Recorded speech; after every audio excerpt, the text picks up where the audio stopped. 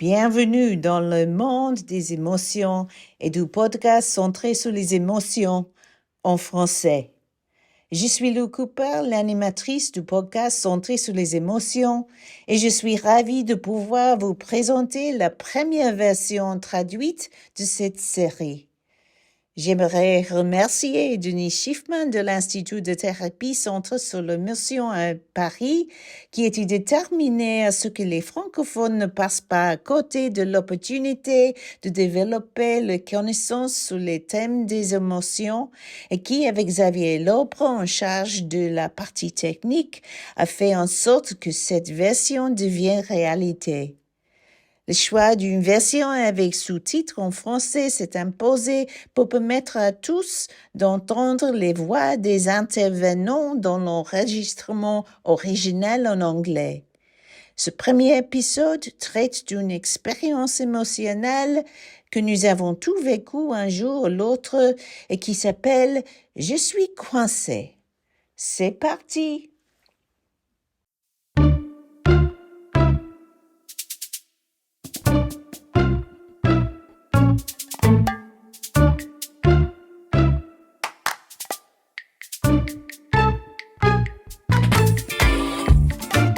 Hello and welcome to the world of emotions and the Emotion Focus podcast, a series all about emotions, how they work for us, how seemingly sometimes they don't work for us, and how we might better understand that and maybe be able to do something about it. I'm Lou Cooper, I'm your host, I'm based in Naarm, Melbourne, Australia, and I'm joined in this series by people from around the globe who have dedicated most of their professional lives to the exploration of emotions. Everything you hear on this series is informed by emotion theory and emotion-focused therapy.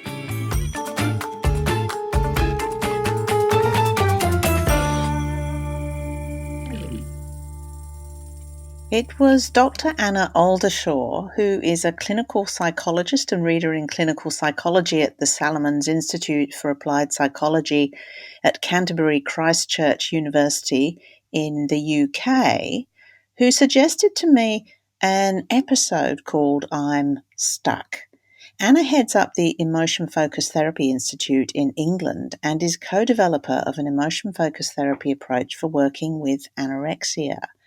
I'm guessing that it was in this context that Anna has come up against the experience of clients being stuck, having difficulty to change or difficulty to start the change. And so I want to speak to Anna about her experience of clients being stuck and what it's like when you're kind of bumping up against a brick wall. It's something that I see in my therapeutic practice. I see what I call the I'm stuck diagnosis really, really often. Anna, thank you for joining me. Thanks for having me, Lou. It's really good to be here. And thank you for suggesting this episode about stuckness. I'm wondering if you could describe what you mean when you say stuck, what that means for you. Yeah, I mean, I think stuck can mean different things, and maybe that's the part of the problem that we come up against as therapists or as clients, as people that we come up against. And you're right that thinking about I'm stuck comes up a lot in my therapeutic work, where I work especially with people with eating difficulties, eating disorders, and in developing the speaks therapy that you mentioned there for people with anorexia. My colleague Helen Startup and I really thought about this a lot as something that we knew we were going to have to work with clients on. So what does it look like? I mean, there's the I'm stuck. I imagine there's other things that people say that indicate that they're stuck. Yeah. I mean, people do often just say, I feel really stuck, right? So when people come and say I'm stuck, it can mean many different things, but it can mean something essentially quite simple, really. You know, I was thinking about feeling stuck, and times it's come up in my life before the podcast. And I was thinking about, actually, my brother's first word was stuck because he got stuck behind the sofa. But that's relatively simple to fix. It seems like a very sophisticated word to be your first word. I know it is, isn't it? But essential because he couldn't get out. So, but also my daughter, the number of times she says to me she's stuck with her maths homework, and that's slightly more difficult to solve with her, but we can work through it and we can reach an answer and we can move on to the next question. And sometimes it does indicate more work to be done. I think, maybe she needs to revisit this concept a little bit more so she doesn't get stuck next time. But we can approach those things using more of a problem-solving approach. And I think as therapists, sometimes that can be our pull to try and find a solution to help someone work through pros and cons and try and find something quite practical in a way of moving forward. And it's quite likely when we're stuck that other people in our life try and do that as well. I think it's a really natural response. And I think sometimes that can be enough, that sometimes that can be helpful and be enough. But oftentimes, I think when people come to therapy and say, I'm stuck, they're really saying something a little bit different, something more like, I feel stuck, or I'm in this really stuck place and I don't know how to get out.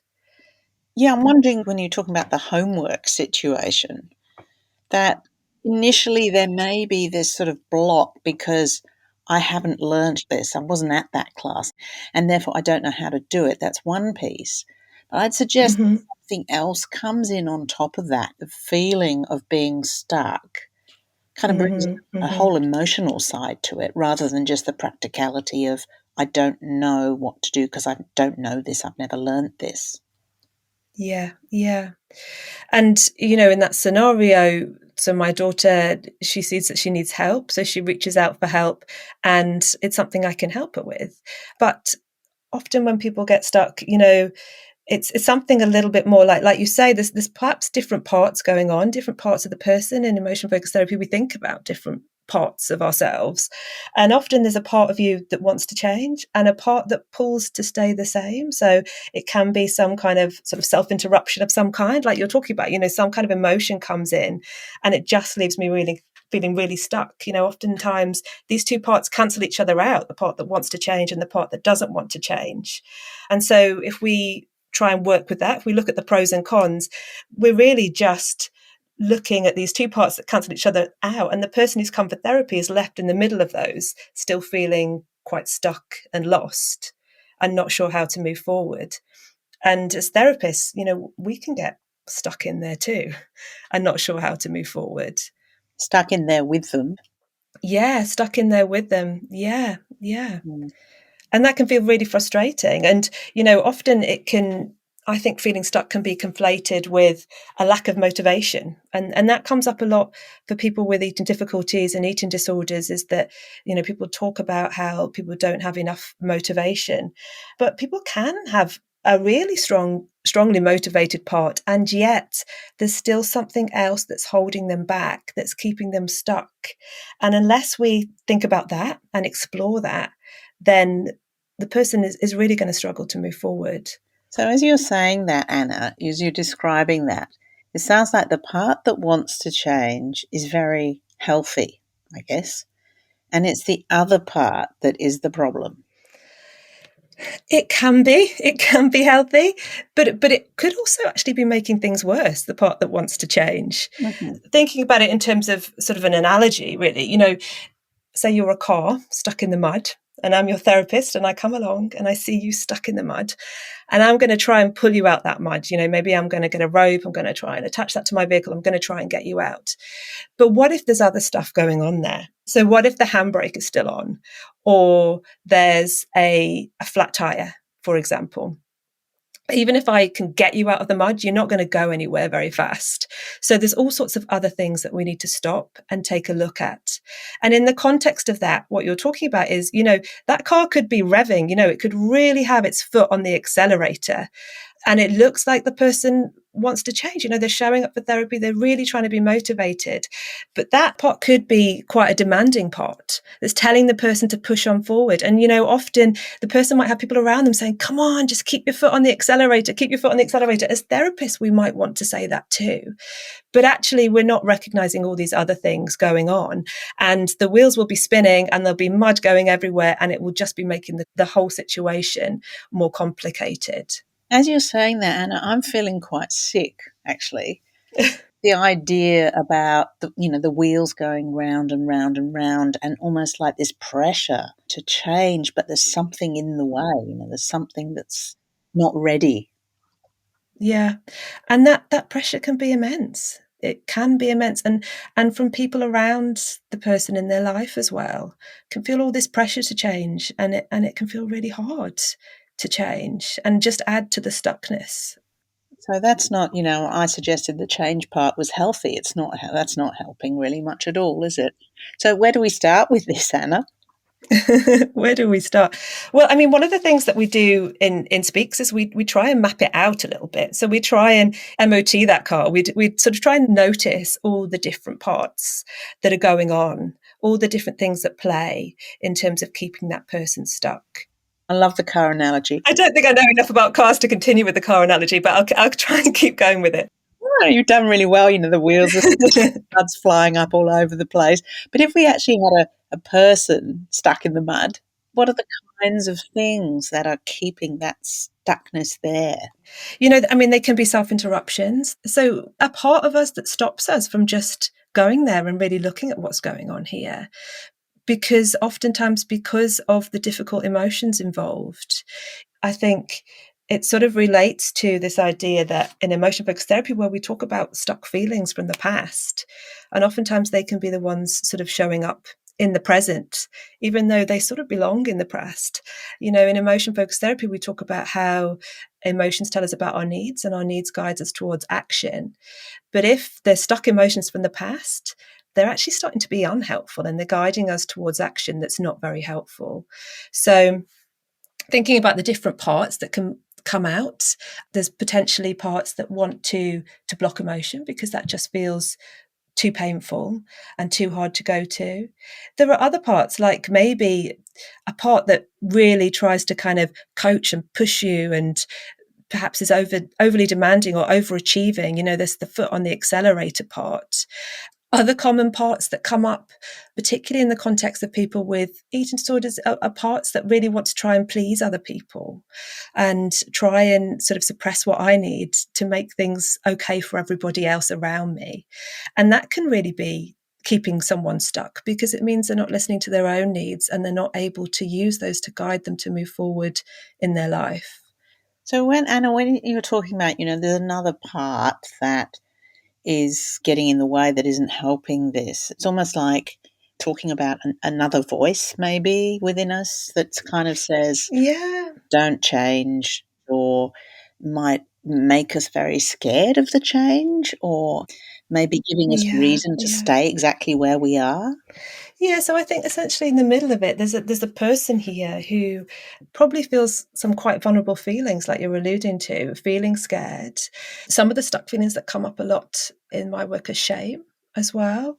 Mm. And they're really painful feelings to go to. So in order to avoid those feelings, or to try and minimize those feelings as much as possible, people behave in all these different ways, like trying to please other people or trying to overachieve or trying to squash their feelings down. And that's essentially what keeps people stuck. So I think one of the things we want to go to is to go to those feelings so that they're not avoided so much, they can be processed a bit.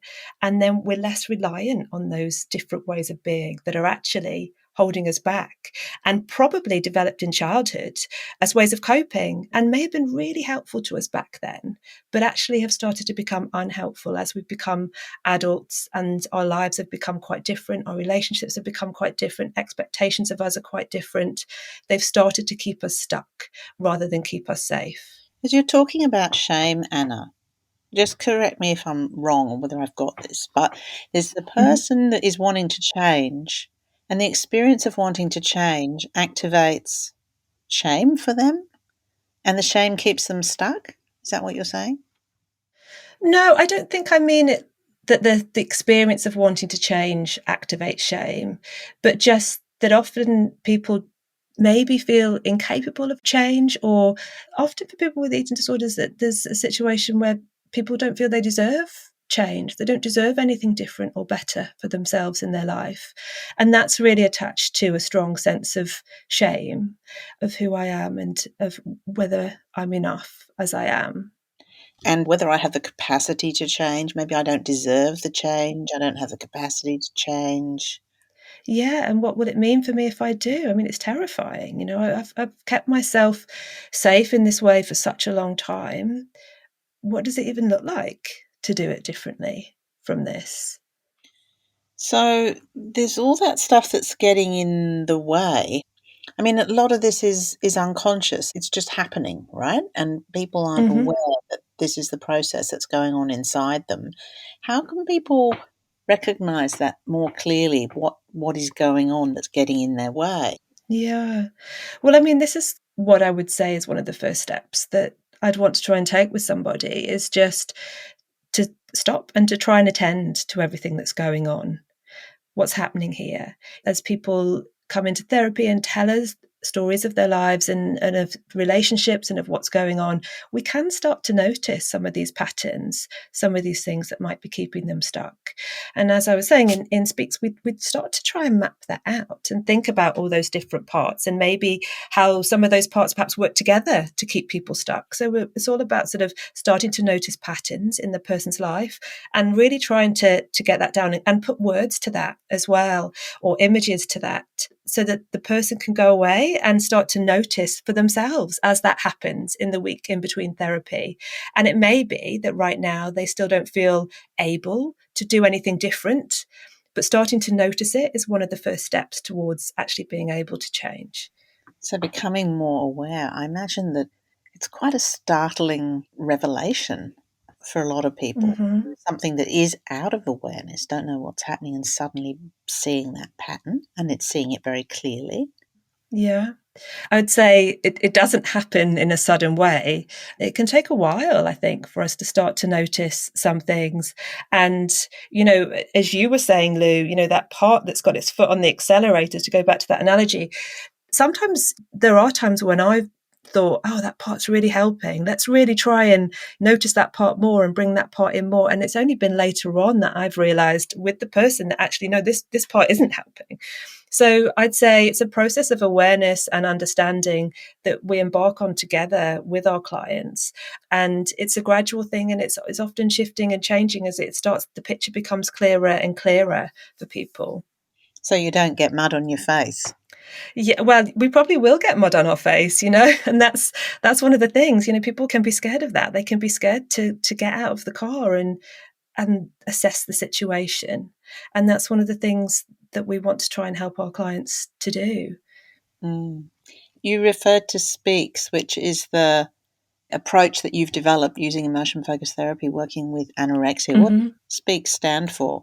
Speaks as a SPEAKS. What does it stand for? That's right, yeah. So it stands for Specialist Psychotherapy with Emotion for Anorexia in Kent and Sussex.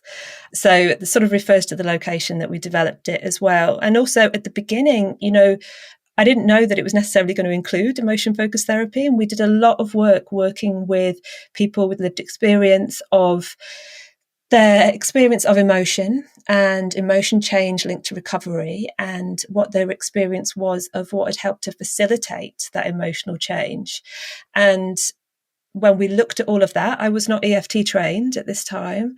EFT seemed so relevant to the change process that people described that was associated with recovery. And so that's how I came to EFT was through that work. And then we looked at how we could tailor or sort of focus EFT for this client group. So, Anna, thank you for speaking to me about this for this episode. It's clear that the I'm stuck, it's not just a case of fixing that stuckness. No. And I think one point I'd stress really is that what we want to do is really to appeal to the person caught up in the middle of all of this. So instead of sort of trying to push the change, is to just stop and be there with them in the stuck place and try and help them find words or meaning or images for that stuck place, and think about how we can be there with them in that to try and understand it. That whole you can't leave a place until you've arrived. I think that goes for I feel stuck too. Thank you, Anna, and I hope I'll speak to you again soon on this series about something else. We don't want to get stuck on I'm stuck. Anna heads up the Emotion-Focused Therapy Institute in England, Dr Anna Oldershaw. Thanks very much. Thanks, Lou. And if you'd like to find out more about Anna and her work and more about this podcast series, go to the website emotionfocused.com, and please don't forget to follow, and please don't forget to let anyone you may know who's interested in emotions know about this podcast through your social media. Share as much as you possibly can. Speak to you soon.